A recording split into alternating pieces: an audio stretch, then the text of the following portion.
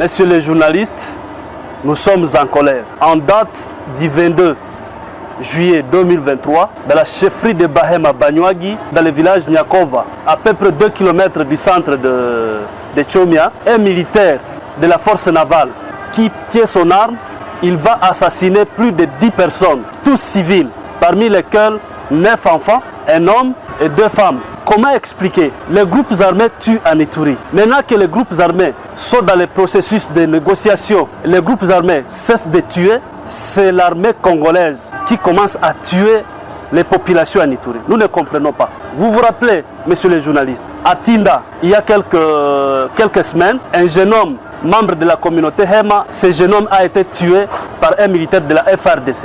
À Sayo, dans la ville de Bunia, il y a à peine 1 ou 2 semaines tout au plus, un jeune homme, ils étaient au lieu de deuil, a été fusillé par un agent de l'ordre. Eh bien, on se pose la question, nous sommes dans quelle situation?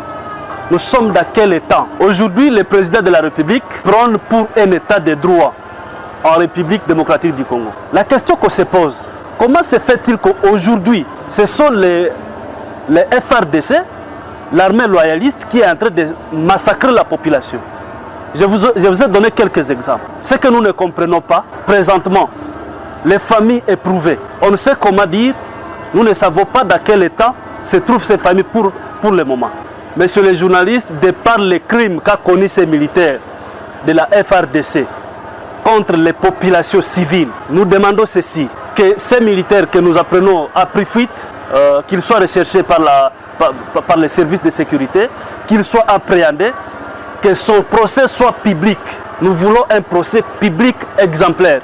Pour ce genre de crimes, c'est la peine de mort. Pour ce genre de crimes, je répète bien, c'est la peine de mort. Et nous, en droit congolais, on n'a pas encore aboli la peine de mort.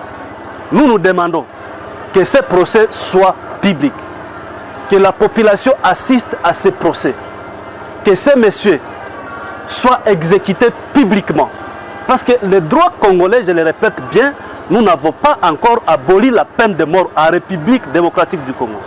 Jusque-là, on n'a pas de raison pour lesquelles ces civils sont massacrés.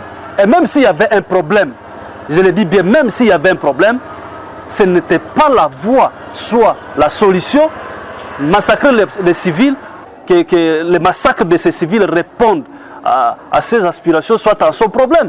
Je le dis bien, nous sommes en état de siège. Nous déplorons ce genre de comportement. Parce que nous sommes en état de siège, c'est un régime spécial. Je dis bien, ce régime doit sécuriser les populations. Selon la vision du chef de l'État, son Excellence Félix Tshisekedi Tshilombo, les civils et leurs biens doivent être protégés.